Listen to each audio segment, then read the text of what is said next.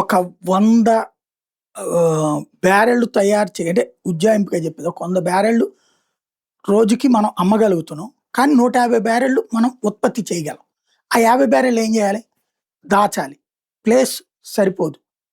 కొన్ని రోజులు దాస్తాం. తర్వాత సరిపోదు. అప్పుడేం చేయాలి?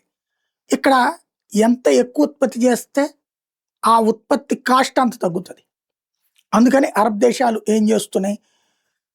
కొన్ని దేశాల్ని ఆయిల్ రిజర్వ్స్‌గా మలుస్తున్నాయి. కొండ ప్రాంతాలు, రాతి ప్రాంతాలు ఉన్నటువంటి చోట్ల ఆయిల్‌ని దాచొచ్చు. అది భారతదేశానికి ఒక యాడెడ్ అడ్వాంటేజ్‌కి సంబంధించింది.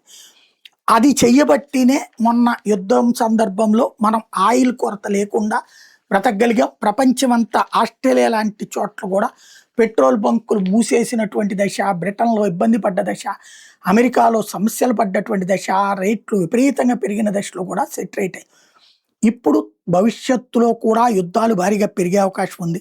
యాక్చువల్‌గా జ్యోతిష్కులు చెప్తున్న లెక్క ప్రకారం జూలై 20 నుండి అక్టోబర్ దాకా యుద్ధాలు ఎక్కువగా పెరిగే అవకాశం ఉంది. భారత్‌కు కూడా క్రిటికల్ టైం ప్రపంచంతో పాటుగా. ఇలాంటి దశలో ఆయిల్ నిక్షేపాలనేది ముఖ్యమైనటువంటిది. ఇప్పుడు నెక్స్ట్ స్ట్రాటజిక్ పెట్రోలియం రిజర్వ్స్‌కి ఓఎన్‌జీసీని ప్రోత్సహిస్తోంది ప్రభుత్వం. 1.75 మిలియన్ మెట్రిక్ టన్నులు ఎంఎంటీ అండర్ గ్రౌండ్ క్రూడ్ స్టోరేజ్‌కి సంబంధించి కర్ణాటకలో ఏర్పాటు చేయడానికి రెడీ అవుతున్నారు. 15,000 కోట్ల రూపాయలతో. అదే సందర్భంలో ఇప్పుడున్నటువంటి 5.33 మిలియన్ మెట్రిక్ టన్నులకి ఇది అదనం అవుతుంది. ఇంకా ఎక్కడ ఛాయిస్ దొరికితే అక్కడ పెట్టడానికి రెడీ అవుతున్నారు.